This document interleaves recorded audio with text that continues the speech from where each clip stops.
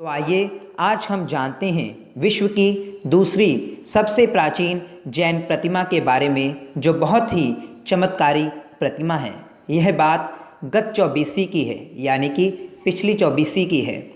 यह बात पिछली चौबीसी के दामोदर नामक तीर्थंकर परमात्मा के समय की है। उस समय दामोदर परमात्मा को अभी केवल ज्ञान प्राप्त हुआ ही था और परमात्मा एक नगर में विचर रहे थे। वहाँ देवताओं द्वारा समोत्सरण की रचना की गई और परमात्मा उस समोत्सरण में अपनी मधुर वाणी सुना रहे थे।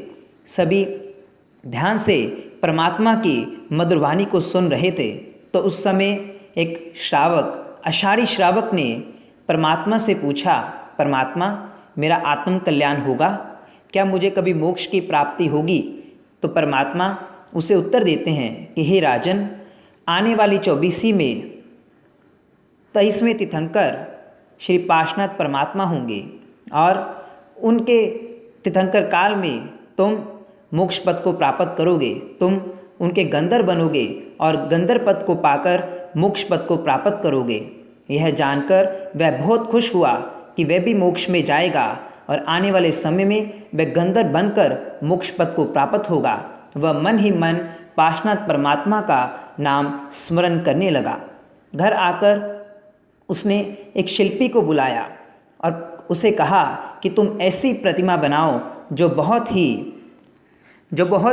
सुंदर हो। ऐसी प्रतिमा को तुम बनाओ। उस शिल्पी ने अपनी सारी कला उस मूर्ति को बनाने में लगा दी। उसने अपनी सारी जान उस प्रतिमा को बनाने में लगा दी और जब वह मूर्ति तैयार हुई तो ऐसा लगता था कि जैसे जीवित परमात्मा साक्षात बैठे हों।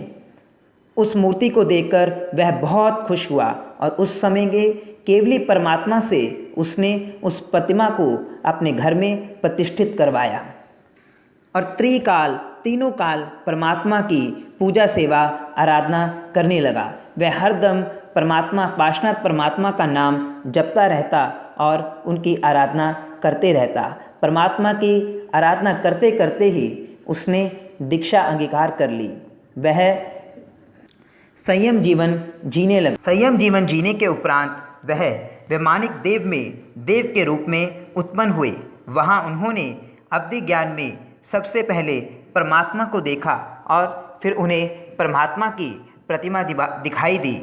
उनको ऐसा लगा कि मैं परमात्मा के बगैर नहीं रह सकता। वह कहने लगे कि पार्श्वनाथ प्रभु यहाँ पर भी होने चाहिए। तो फिर वह नीचे आकर के अपने स्वयं से भराई हुई प्रतिमा को देवलोक में ले गए और वहाँ पूजा सेवा करने लगे। वहाँ भी वह तीनों समय परमात्मा की पूजा सेवा करते और ऐसा कहते हैं कि पाताल लोक में, सूर्य विमान में, चंद्र विमान में अनेक देवताओं ने इस प्रतिमा को हजारों सालों तक पूजा।